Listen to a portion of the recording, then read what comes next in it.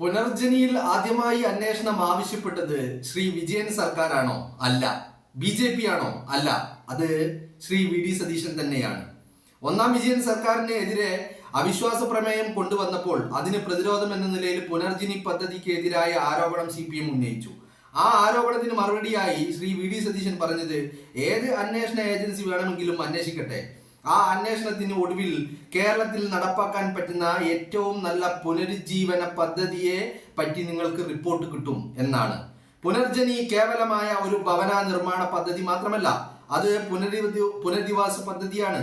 200-ൽ പരം പുതിയ വീടുകളും 100-ൽ പരം വീടുകളുടെ അറ്റകുറ്റപ്പണിയും മാത്രമല്ല, കുട്ടികൾക്കുള്ള വിദ്യാഭ്യാസവും വരുമാനമില്ലാത്ത മനുഷ്യർക്ക് പശുവും ആടും തൊട്ട് തയ്യൽ മെഷീനുകൾ വരെ കൊടുക്കുന്ന സമഗ്ര പദ്ധതിയാണ്. ശ്രീ VD സതീശനോട് എനിക്കും നിങ്ങൾക്കും യോജിക്കാം, വിയോജിക്കാം, എതിർക്കാം, അനുകൂലിക്കാം, അതൊക്കെ തുടരുകയും ചെയ്യാം. പക്ഷെ അതിന്റെ പേരിൽ പുനർജനി പോലെ മനുഷ്യരെ ചേർത്ത് നിർത്തുന്ന ഒരു പദ്ധതിയെ എതിർക്കുന്നത് ജനവിരുദ്ധമാണ് എന്ന് പറഞ്ഞുകൊണ്ട് രാഹുൽ മാങ്കൂട്ടമാണ് ഇതിന് വലിയ രീതിയിൽ പ്രതിരോധവുമായി രംഗത്തെത്തിയിരിക്കുന്നത്. രാഹുൽ മാങ്കൂട്ടം എന്ന് പറയുന്നത് ഞാൻ പലപ്പോഴായിട്ട് പറഞ്ഞിട്ടുള്ളതാണ്. അത് കോൺഗ്രസിന്റെ മുന്നണി പോരാളിയാണ്, മാറ്റി നിർത്തപ്പെടേണ്ട വ്യക്തിയല്ല എന്ന് പല ആവർത്തി പറഞ്ഞതിനുള്ള കാരണം എന്ന് പറയുന്നത് ഇതാണ്. ഈ പ്രസ്ഥാനത്തെ മുന്നിൽ നിന്ന് നയിക്കുന്ന നേതാക്കൾക്ക് ഒരു പ്രശ്നം വന്നാൽ അവരെ വേട്ടയാടാൻ ആരെങ്കിലും തുനിഞ്ഞിറങ്ങിയാൽ പോരാടാൻ നെഞ്ചും വിരിച്ചു നിന്ന് നേരിടാൻ മുന്നിലുണ്ടാകും രാഹുൽ മാങ്കൂട്ടം എന്നുള്ളതാണ്. VD സതീശനെ അങ്ങനെ ഒറ്റുകാർക്ക് വേട്ടക്കാർക്ക് വിട്ടുകൊടുക്കാൻ തയ്യാറല്ല, സന്നദ്ധമല്ലെന്ന് മുന്നിൽ നിന്ന് പറയാൻ രാഹുൽ മാങ്കൂട്ടമുണ്ട്. അയാൾ പാർട്ടിക്ക് പുറത്താണ്, അയാൾ പാർട്ടിയുടെ പ്രാഥമിക അംഗത്വത്തിൽ പോലുമില്ല. എന്നിട്ടും ഈ പ്രസ്ഥാനത്തിനെതിരെ ആരെങ്കിലും വാളെടുക്കാൻ, എന്റെ നേതാവിനെതിരെ ആരെങ്കിലും വാളെടുക്കാൻ ഒരുങ്ങി നിൽക്കുന്നുണ്ടെങ്കിൽ അവനിക്ക് വേണ്ട മറുപടി കൊടുക്കാൻ ജീവിതം കൊണ്ട് കോൺഗ്രസ്സുകാരനായ രാഹുൽ മാങ്കൂട്ടം ഉണ്ടാകുമെന്നുള്ളതാണ്. ഇത് തന്നെയാണ് നമ്മൾ പലതവണയായി പല കുറിയായി പല ആവർത്തി പറഞ്ഞുകൊണ്ടിരിക്കുന്നത്. രാഹുൽ എന്ന് പറയുന്നത് ഈ പാർട്ടിയുടെ ശ്വാസമാണ്, ഈ പാർട്ടിയാണ്, ഈ പാർട്ടിയുടെ പ്രതിരോധ ഭടനാണ്, ഈ പാർട്ടിയുടെ മുന്നണി പോരാളിയാണെന്ന് അതങ്ങനെ പറഞ്ഞു വെക്കാനുള്ള കാരണം അയാൾ ഈ പാർട്ടിക്ക് വേണ്ടി ചെയ്തു കൂട്ടിയത് എത്രയും അങ്ങനെ ആയതുകൊണ്ടാണ്. ഇപ്പോ ഈ പോസ്റ്റ് രാഹുൽ മാങ്കൂട്ടം പങ്കുവെച്ചിട്ട് 1 മണിക്കൂർ കഴിയുന്നതേ ഉള്ളൂ. 1 മണിക്കൂറിൽ 15K-ലധികം 16K ലൈക്ക്, 2K-ഓളം കമന്റുകൾ, 2000-ഓളം കമന്റുകൾ, 16,000-ഓളം ലൈക്കുകൾ, 700-ഓളം ഷെയറുകളും ഈ ഒരു പോസ്റ്റിന് ഇപ്പോൾ നിലവിൽ കിട്ടിക്കഴിഞ്ഞു. 1 മണിക്കൂർ പിന്നിടുമ്പോഴാണ് ഞാൻ നിങ്ങളോട് സംസാരിച്ചു കൊണ്ടിരിക്കുന്നത്. ഒറ്റ 1 മണിക്കൂർ. ഞാൻ പറഞ്ഞു വരുന്നത് VD സതീശന് 2026-ലെ നിയമസഭാ തെരഞ്ഞെടുപ്പ് ഇങ്ങനെ മുന്നിൽ കാണുമ്പോൾ 10 വർഷം ഭരിച്ചിട്ട് പിണറായി വിജയൻ എന്ന് പറയുന്ന തൈക്കണ്ടി വിജയന് മുന്നോട്ട് വെക്കാൻ ഒന്നുമില്ല. കയ്യിൽ ഓട്ടക്കാലണ കയ്യിലൊന്നുമില്ല. ഭരണ നേട്ടങ്ങളില്ല, വികസനങ്ങളില്ല, സാമൂഹ്യക്ഷേമ പ്രവർത്തനങ്ങളില്ല, വികസന പ്രവർത്തനങ്ങളില്ല, ഒന്നുമില്ല. പിന്നെയോ എന്താ കൈമുതലായിട്ടുള്ളത്? RSSന്റെ കാല് നക്കിയതും, ശബരിമലയിലെ അയ്യന്റെ പൊന്നു കൊള്ളയടിച്ചതും, വെള്ളാപ്പള്ളി നടേശൻ എന്ന് പറയുന്ന വിഷജന്തുവിനെ പാലൂട്ടി കൊണ്ടു നടക്കുന്നതും, തലോടിക്കൊണ്ടു നടക്കുന്നതും, RSSുമായി ഉണ്ടാക്കിയ ഡീലുകളും, കേരളത്തിന്റെ പൊതുസമൂഹത്തെ ഒന്നടങ്കം വഞ്ചിക്കുകയും ദ്രോഹിക്കുകയും ചെയ്ത തെറ്റായ തമ്മാടിത്തരത്തിന്റെ ഒരുപാട് കൂട്ടങ്ങളാണ് കയ്യിലുള്ളത്. പിന്നെ ആകെ കൈമുതലായിട്ടുള്ളത് കുറെ അടിമകളാണ്. മുട്ടിലിഴഞ്ഞ് സ്തുതിപാഠക സംഘമായിട്ട് ചുറ്റിലും ഇഴഞ്ഞുകൊണ്ടിരിക്കുന്ന കുറെ അടിമകൾ. ആ അടിമകൾക്ക് അപ്പുറത്തേക്ക് മറ്റൊന്നും മുന്നോട്ട് വെക്കാനില്ല. പ്രതിപക്ഷത്തിന് പറയാൻ ഒരുപാടുണ്ട്, കേരളത്തിന്റെ പൊതുസമൂഹത്തിനും പറയാൻ ഒരുപാടുണ്ട്. അതിൽ ഏറ്റവും പ്രധാനപ്പെട്ടത് അയ്യന്റെ പൊന്നുകെട്ടതാണ്. അങ്ങനെ എല്ലാം കൊണ്ടും പ്രതിസന്ധികൾ നേരിട്ട് കൊണ്ടിരിക്കുന്ന പിണറായി വിജയൻ, തൈക്കണ്ടി വിജയന്റെ സർക്കാർ, ആ തൈക്കണ്ടി വിജയന്റെ സർക്കാരിന് ഈ തെരഞ്ഞെടുപ്പിനെ നേരിടാനൊന്നുമില്ല. കഴിഞ്ഞ 2025 ഡിസംബറിൽ നടന്ന തദ്ദേശ തെരഞ്ഞെടുപ്പിനെയും നേരിടാൻ കയ്യിൽ ഒന്നുമില്ലായിരുന്നു. ആകെ ഉണ്ടായത് പ്രതിപക്ഷ അംഗമായ MLA ആയ രാഹുൽ മാങ്കൂട്ടത്തിനെതിരെ ഉയർന്നു വന്നിരുന്ന പരാതികൾ മാത്രമായിരുന്നു. ആ പരാതികൾ മാത്രം കയ്യിൽ പിടിച്ചാണ് രാഹുലിനെതിരെ ഒരു വാളുമെടുത്താണ് തദ്ദേശ തെരഞ്ഞെടുപ്പിനെ നേരിടാൻ വേണ്ടിയിട്ട് പിണറായി വിജയനും സഖാക്കളും അടിമകളും ഇറങ്ങി പുറപ്പെട്ടത്. അതിന്റെ ഫലം എന്തായിരുന്നു? കേരളം പറഞ്ഞു പിണറായി വിജയനോടും സഖാക്കളോടും, ഒരു തെരഞ്ഞെടുപ്പിനെ 10 വർഷം ഭരിച്ചിട്ട് ഒരു തെരഞ്ഞെടുപ്പ് മുന്നിൽ വന്ന് നിൽക്കുമ്പോ ആ കേരളത്തിന്റെ പ്രബുദ്ധരായ ജനം ആ തെരഞ്ഞെടുപ്പിനെ നേരിടാൻ ഒരുങ്ങുന്നത് വെറും ഏതെങ്കിലും ഒരു MLA-യുടെ ഭ്രൂണമോ അല്ലെങ്കിൽ ഗർഭമോ ഗർഭഛിദ്രമോ പീഡനമോ പൈങ്കിളി കഥകളോ കഥകളോ ഒന്നും മുന്നിൽ കണ്ടല്ല ആ തെരഞ്ഞെടുപ്പിനെ നേരിടാൻ പോകുന്നത്. വ്യക്തമായിട്ട് 10 വർഷം കേരളത്തെ ഭരിച്ച പിണറായി വിജയന്റെ സർക്കാരിന്റെ പ്രവർത്തനങ്ങളെ വിലയിരുത്തിക്കൊണ്ട് തന്നെയാണ് ഈ തെരഞ്ഞെടുപ്പിനെ നേരിടാൻ പോകുന്നത് എന്നുള്ളത് തദ്ദേശ തെരഞ്ഞെടുപ്പിന്റെ ഫലം വന്നപ്പോ കേരളം കണ്ടതാണ്.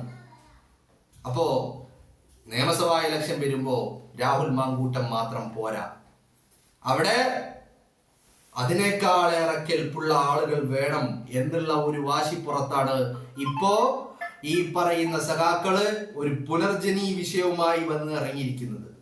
ഈ പുനർജനി വിഷയം എന്ന് പറയുന്നത് സഖാക്കളെ ഒന്ന് പറവൂര് വരെ പോയാൽ അവിടെ ചെന്ന് അന്വേഷിച്ചു കഴിഞ്ഞാൽ നിങ്ങൾക്ക് എല്ലാവർക്കും കണ്ടെത്താൻ കഴിയുന്നതേ ഉള്ളൂ എന്താണ് പുനർജനി പദ്ധതി, ഈ പദ്ധതിയുടെ ഗുണഭോക്താക്കൾ ആരാണ്, എന്തൊക്കെയാണ് VD സതീശൻ പറവൂരിൽ ചെയ്തു വെച്ചിരിക്കുന്നത് എന്ന്.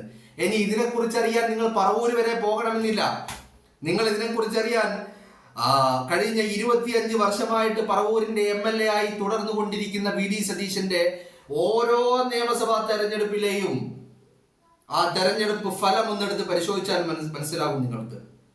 ഓരോ ഘട്ടവും ഇന്ന് വരെ ഈ 25 വർഷത്തിനിടയിൽ ഇന്ന് വരെ VD സതീശന്റെ ഭൂരിപക്ഷത്തിൽ ഒരു വോട്ടിന്റെ കുറവ് പോലും ഉണ്ടായിട്ടില്ല. എല്ലാ ഘട്ടങ്ങളിലും എല്ലാ പ്രതിസന്ധി ഘട്ടങ്ങളിലും കഴിഞ്ഞ 2 ടേമുകളിലായിട്ട് പിണറായി വിജയൻ സർക്കാർ അധികാരത്തിൽ വന്ന തെരഞ്ഞെടുപ്പുകളിൽ പോലും ആ 2 തെരഞ്ഞെടുപ്പിൽ പോലും VD സതീശന്റെ ഭൂരിപക്ഷം എന്ന് പറയുന്നത് ഗ്രാജ്വലി അത് ഇങ്ങനെ വർദ്ധിക്കുന്ന ഒരു വർധനവിന്റെ ഘട്ടമാണ് നമ്മൾ കണ്ടത്. എന്തുകൊണ്ടാ അതിന് VD സതീശന് മുന്നിൽ വെക്കാൻ ഈ പറവൂർ നിയോജക മണ്ഡലത്തിൽ VD സതീശൻ എന്ന് പറയുന്ന കേരളത്തിന്റെ പ്രതിപക്ഷ നേതാവ് മുന്നിൽ വെച്ച പുനർജനി പദ്ധതി മാത്രം മതി, അത് ധാരാളമാണ് എന്നുള്ളതാണ്.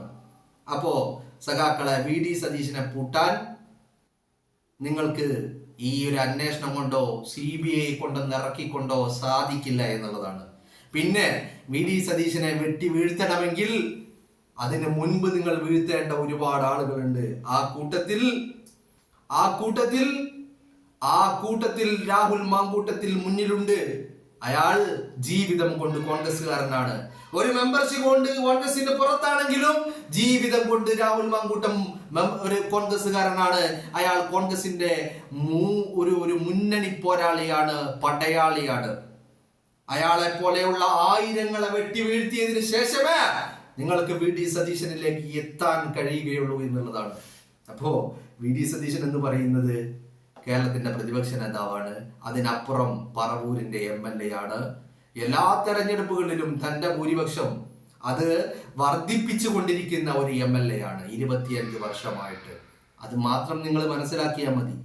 അങ്ങനെ വരുമ്പോ ഈ തെരഞ്ഞെടുപ്പിനെ സഖാക്കള് അത് ഈ പുനർജനി പദ്ധതിയെ മുന്നിൽ വെച്ച് CBI കൊണ്ടുവന്ന് ഒരു അന്വേഷണം പ്രഖ്യാപിച്ച് ആ അന്വേഷണവും വെച്ച് VD സതീശനെ വേട്ടയാടിക്കൊണ്ട് 2026 നിയമസഭാ തെരഞ്ഞെടുപ്പിനെ നേരിടാമെന്ന് സഖാക്കള് വ്യാമോഹിക്കുന്നുണ്ടെങ്കിൽ ആ VD സതീശനെയും ഈ പാർട്ടിയെയും പ്രതിരോധിക്കുവാനും ഈ പുനർജനി കേസിൽ പിണറായി വിജയന്റെ ആദ്യ സർക്കാർ എന്ന് പറഞ്ഞാൽ അന്ന് VD സതീശൻ പ്രതിപക്ഷ നേതാവ് പോലുമല്ല.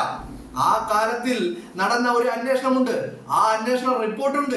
ഈ റിപ്പോർട്ടുകളൊക്കെ മുന്നിൽ വെച്ച് എങ്ങനെ പ്രതിരോധിക്കണം എന്നുള്ളത് കോൺഗ്രസിന് നന്നായിട്ട് അറിയാം. അതുകൊണ്ട് സഖാക്കളെ നിങ്ങളൊരു കാര്യം മനസ്സിലാക്കിക്കോ.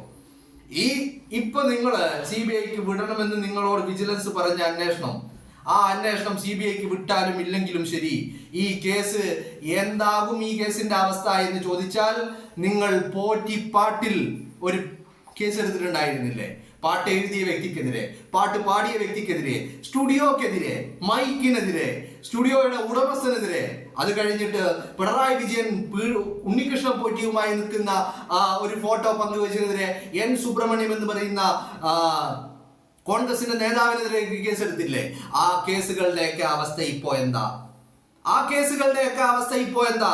അതുപോലെ തന്നെയായിരിക്കും ഈ കേസിന്റെയും അവസ്ഥ. ഇനി മറ്റൊരു കാര്യം കൂടി ഞാൻ നിങ്ങൾക്ക് പറഞ്ഞു തരാം. എന്താണ്? ഇനി മറ്റൊരു കേസിന്റെ കാര്യം കൂടി പറഞ്ഞു തരാം. എന്താണ് ആ കേസ്? രാഹുൽ മാങ്കൂട്ടത്തിനെതിരെ നിങ്ങളൊരു കേസ് എടുത്തില്ലേ, പരാതി ഉണ്ടാക്കിയില്ലേ? ആ ആദ്യത്തെ പരാതി പൊട്ടിപ്പാളിച്ചായപ്പോ രണ്ടാമത്തെ ഒരു പരാതി വന്നില്ലേ? ആ രണ്ട് പരാതികളും അടപടലം മൂഞ്ചുമെന്നായപ്പോ നിങ്ങൾ അതിജീവിതയുടെ ഭർത്താവിനെ കൊണ്ടൊരു പരാതി കൊടുപ്പിച്ചില്ലേ? അപ്പോ അതിജീവിയുടെ ഭർത്താവിന്റെ പരാതി വന്നപ്പോ എന്താ ശരിക്കും സംഭവിച്ചിരിക്കുന്നത്?